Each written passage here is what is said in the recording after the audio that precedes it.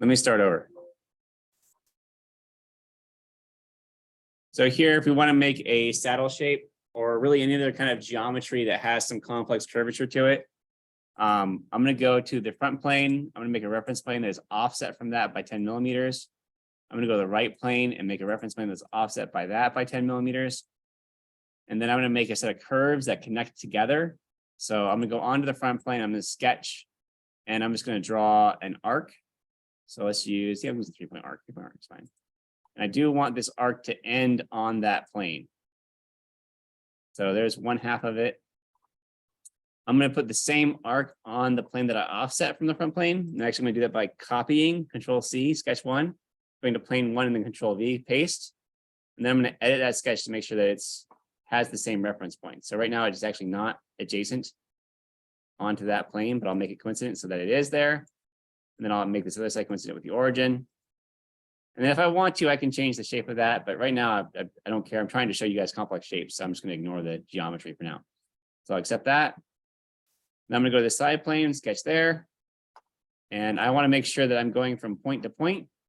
So again, I'm going to do another 3-point arc, but this time I'm going to have it come down. You can check that afterwards. That looks okay. I want to make sure that these points are kind of lined up. So I'm going to try and get the point and point here, make those coincident. I do need all of these all these lines that I'm drawing to form the boundaries of a surface. And we'll do the same thing on, should be my right plane here. So again, we'll do a 3-point arc. And I realize this may be confusing because I'm like drawing in 3D, but I'm really just using my existing curves as guides. So there's 4 curves that are connected to each other on their edges.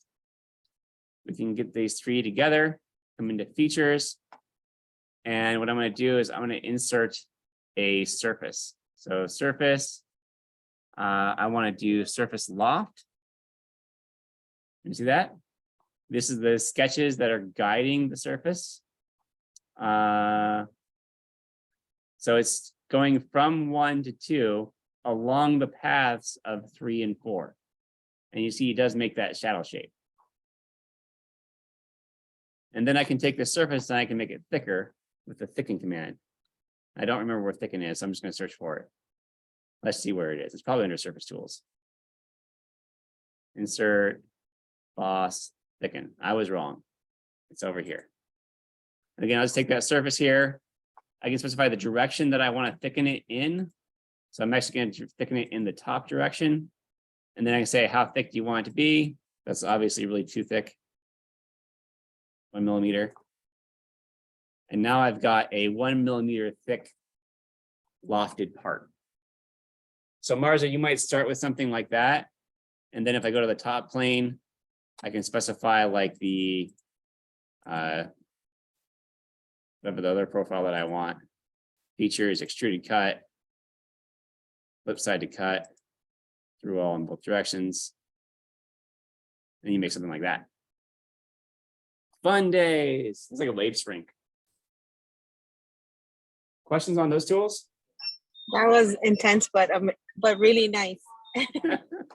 Yeah, I didn't record. I mean, I recorded it, so I'll try and post it up on the class page. Okay.